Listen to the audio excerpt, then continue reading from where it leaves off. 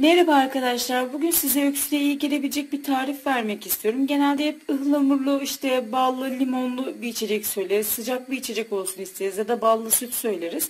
Bu sefer biraz da alışılmışın dışında bir şey olacak. Öncelikle 2 bardak ya da 1 bardak ne kadar süt içeceksiniz. Bardak ölçüsüyle sütünüzü derin bir kabın içerisine ya da bir çaydanlığa koyabilirsiniz. Üzerine şu şekilde göstermek istiyorum. Sarımsaklarımızı ayıkladım. Şöyle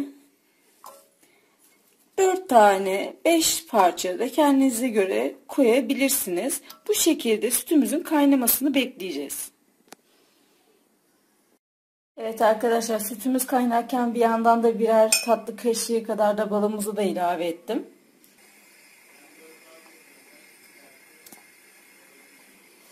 Evet arkadaşlar, kaynamaya başladı. Yavaştan şöyle sarımsaklarımızı artık ayırmaya başlayayım kenara.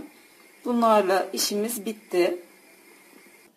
Evet arkadaşlar, şimdi yavaşça sütümüzü ilave edelim. Şu şekilde.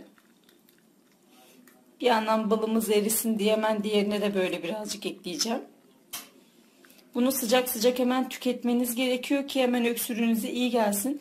Mutlaka denemenizi istiyorum. Şimdiden aklında soru işareti olanlar için ben bu kendim sorayım, kendim cevaplayayım. Arkadaşlar, hiçbir şekilde asla sarımsak kokusu gelmeyecek. Tat olarak da sarımsak tadını hiçbir şekilde hissetmeyeceksiniz.